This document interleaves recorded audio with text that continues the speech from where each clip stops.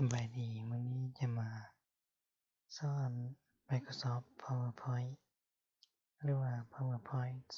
2016 นี่จะเป็นหน้าต่างเมื่อเราเปิด PowerPoint ออกมาบางส่วนที่อยู่ข้างถึงหรือว่าอยู่ถึงเยียข้างนี้จะเป็นหัวข้อใหญ่เนาะตัวรูมนี้จะเป็นหัวข้อย่อย PowerPoint ใช้ไว้เฮ็ดหยังสามารถใช้เฮ็ดเป็นการนำเสนอบทเรื่องหรือว่านำเสนอสิ่งที่เราต้องการหรือสิ่งที่ข้อมูลต่างๆที่เราบันทึกแล้วเอาไปโชว์แล้วก็แนะนำมันก็จะได้เป็นการเรียนรู้และเข้าใจเนาะ PowerPoint เราสามารถเฮ็ดให้มันเป็นแอนิเมชันหรือว่าการเคลื่อนที่เฮ็ดให้ภาพต่างๆสามารถเคลื่อนที่ไปตามที่เราต้องการได้เนาะ PowerPoint จะมีภาคส่วนหลักๆก็คือมี Home Insert Design Transition Animation นี่จะเป็นกุญแจหลักๆในการที่จะมาทำให้เจียหรือว่าข้อมูลของเรามีความสมบูรณ์ขึ้นเนาะ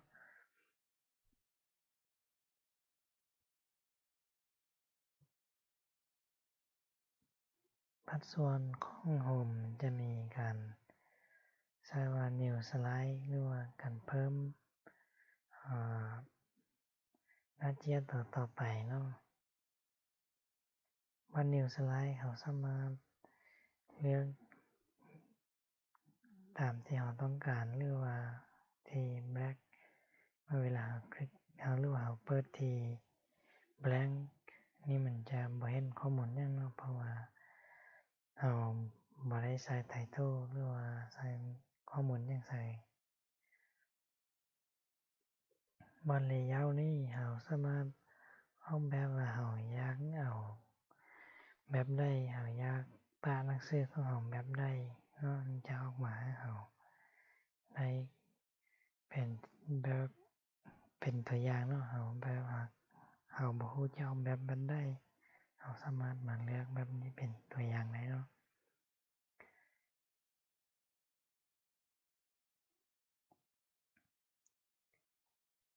เราสามารถแอดไอคอนหรือว่าแอดเป็นรูปภาพรูปหยังต่างๆได้ตามที่เราต้องการ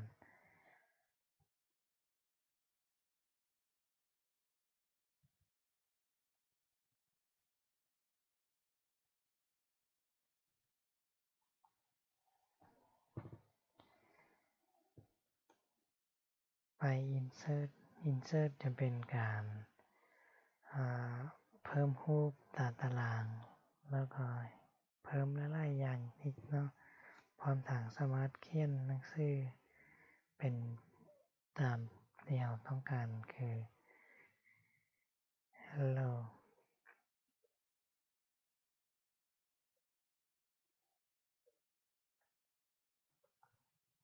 เนาะสามารถเปลี่ยนตัวหนังสือหรือว่าเปลี่ยนแบบฟอร์มของมันได้เนาะ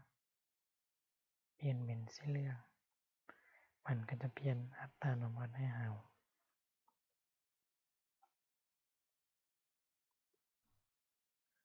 าสามารถเพิ่มรูปหรือว่าเอารูปจากคอมพิวเตอร์ของเรามาเนาะ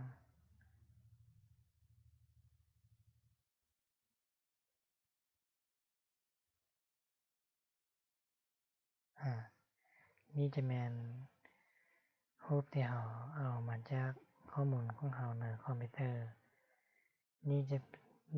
สำหรับรูปนี้จะเป็นวิดีโอที่สอนเกี่ยวกับการแก้ปลดล็อกโทรศัพท์เนาะเพื่อที่มีปัญหาการแก้โทรศัพท์สามารถไปเบิ่งได้ที่2ตรงนี้เนาะเขียนว่าวิธีปลดล็อกโทรศัพท์ Android เนาะ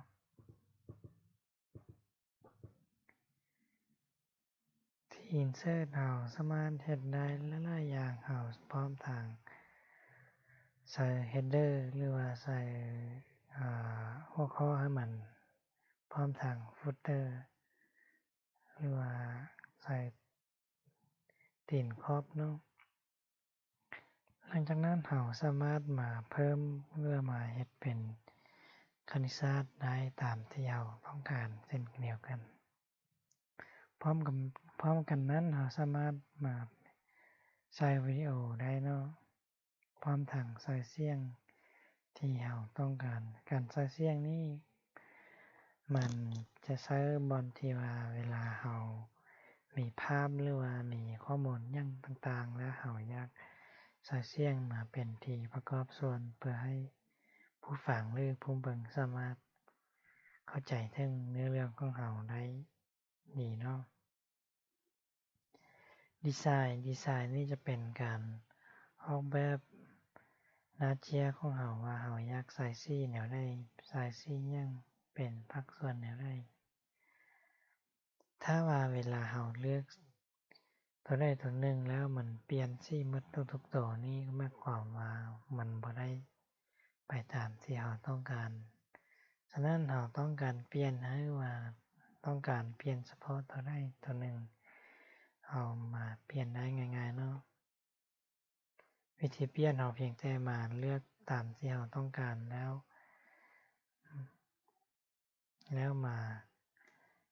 คลิกขวา apply select slide อันนี้เนาะแล้วมันจะเปลี่ยนเฉพาะแต่ตัวที่เราต้องการให้มันเปลี่ยนถ้าว่าเรามา apply all นี่มันจะใส่ทั้งหมดเนาะฉะนั้นวิธีเปลี่ยนง่ายๆก็คือเราต้องมาเลือกตัวที่เราต้องการเปลี่ยนแล้วมาคลิกขวา apply select slide แล้วมันจะใส่ตามที่เราต้องการไว้เฉพาะเพียงแต่หน้าเจียที่เราต้องการเปลี่ยนนี่จะเป็นภาคส่วนของดีไซน์ก็คือออกแบบหน้าเจียเนาะเราสามารถใส่สีหรือว่ากำหนดขอบเขตเจียของเราได้ตามที่เราต้องการภาคส่วน transition เนาะ transition นี่จะเป็นภาคส่วนของการเปิดหน้าจอว่าเราเมื่อเวลาเราจะมีการสไลด์โชว์หรือว่าแสดงให้ผู้อื่นเห็นนั้นเราจะเอาแบบได้ออกมาก่อนหรือว่าก่อนที่จะเปิดเข้าไปสู่ข้อมูลของเรานั้นเราต้องการให้มันเป็นภาพแบบได้เราสามารถเลือกได้ตามที่เราต้องการเมื่อเราเลือกตามที่เราต้องการหมดแล้วเราอยากมาพรีวิวหรือว่าเปิดลองเบิ่งว่ามันเป็นแนวใดสามารถเข้ามาที่พรีวิวเท็กเข้าไปแล้วมันจะแสดงภาพออกมาให้เราว่ามันเป็นแนวใดส่วนภาคส่วน Animation จะเป็นภาคส่วนที่ทำการเคลื่อนที่บ่ว่าจะเป็นหนังสือหรือว่ารูปภาพต่างๆพร้อมทางไอคอนโลโก้ต่างๆสามารถใช้เป็น Animation ได้ตัวอย่างต้องการให้รูปนี้เคลื่อนที่เราต้องติ๊กเข้าไปที่รูปแล้วมาเลือกตามที่เราต้องการว่าให้มันเคลื่อนที่แบบใด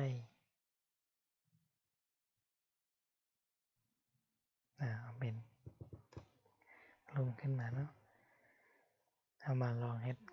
ทีละอย่างเนาะ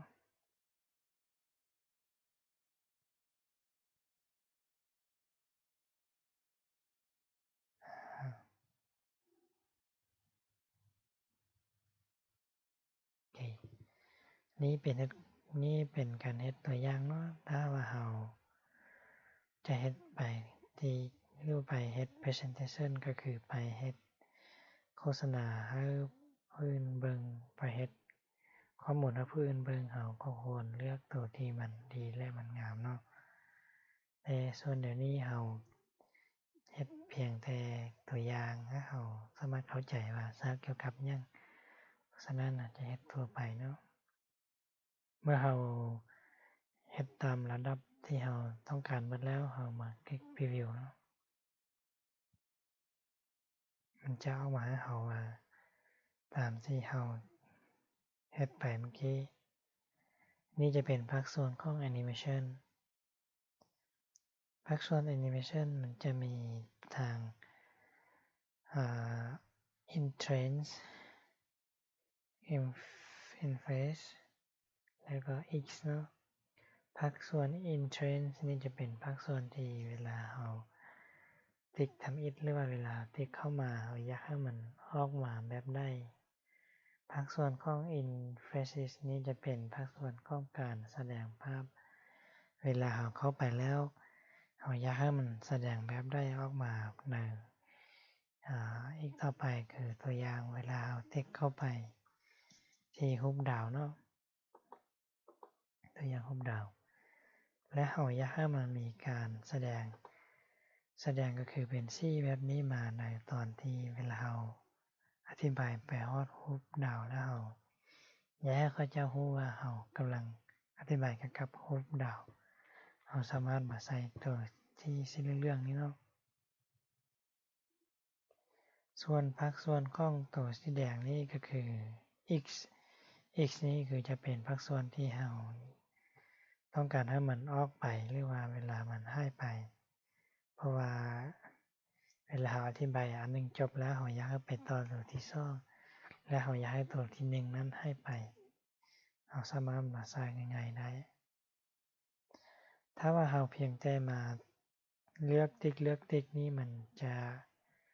บ่แม่นวิธีที่จะได้ผลเนาะเพราะว่าตัวเลขของมันยังเรียนลำดับคือเก่า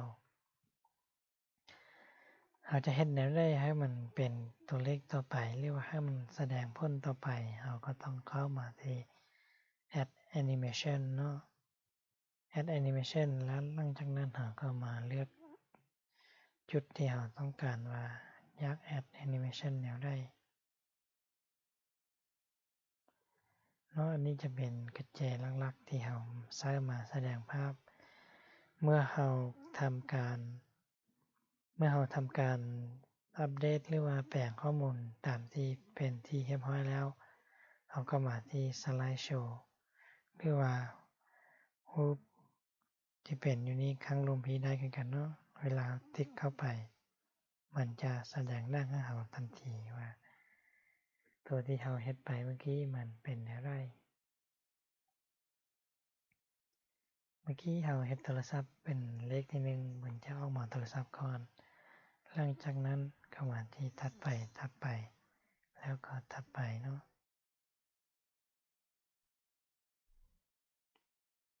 นี่จะเป็นวิธีสร้างแอนิเมชันที่ PowerPoint ก็คือสร้างการเคลื่อนไหวสร้างข้อมูลให้มีการเคลื่อนไหวต่างๆที่ Photoshop เนาะก็ขอบใจที่เบิ่งวิดีโอเนาะมีคำถามยังสามารถคอมเมนต์ลงทางลุ่มหรือว่าแชทมาได้ที่อีเมลเนาะก็ขอบใจ